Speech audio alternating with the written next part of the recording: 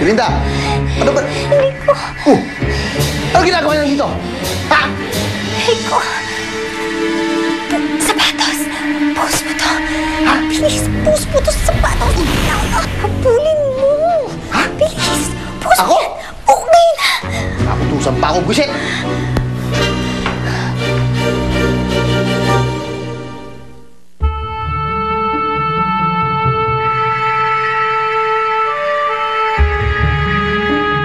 Tads! Nandito ka na! Nasaan na si ate? Patay ka sa aking sapatos ka! Tuturugin kita pag nahuli kita! Tara na! Si Enrico palabas! Tara po! Masa ka?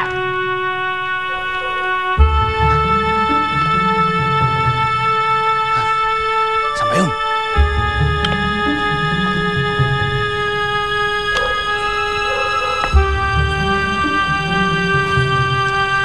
Nawala.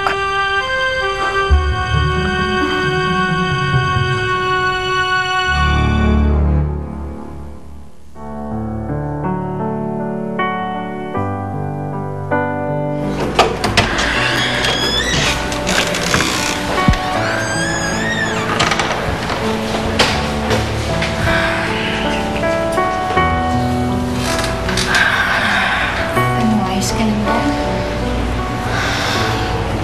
Hindi, ma. Natakot po kasi ako para kay tatay. Hindi ko rin naman po alam na gano'n na kalala yung sakit niya. Ba't niya sa akin sinabi, ma? Ba't siya nagtatago sa akin?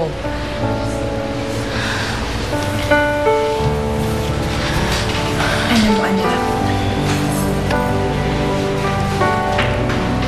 baka kaya ayaw niya sabihin dahil ayaw niya na mag-alala ka. Ganun talaga ang mga magulang. Ayaw nilang nakikitang nasasaktan at nahihirapan ng mga anak nila. Kaya hanggat kaya, pipilitin, titiisin.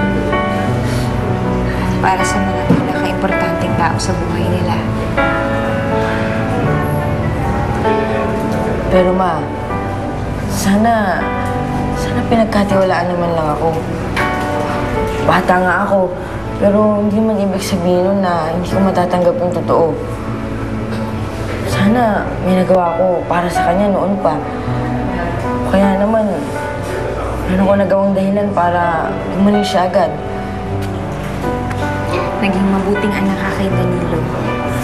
Ikaw pa lang, sobra-sobrang dahilan na para mapagaling siya. Mabuti pa, pumasok ka na sa loob. Ayan, sigurado ko, kapag nakikita ka niya, lumiginawa pa karamdam niya. Sige na. Sige po, ma.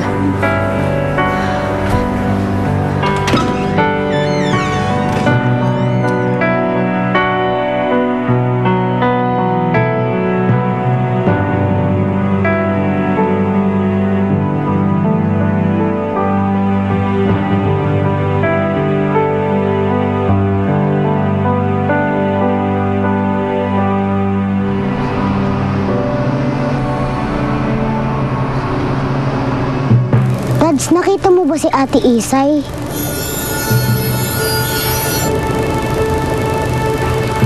Alam mo ba kung nasan siya?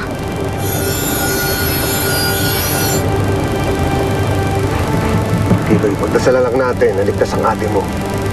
Hindi siya pababayaan ng Diyos.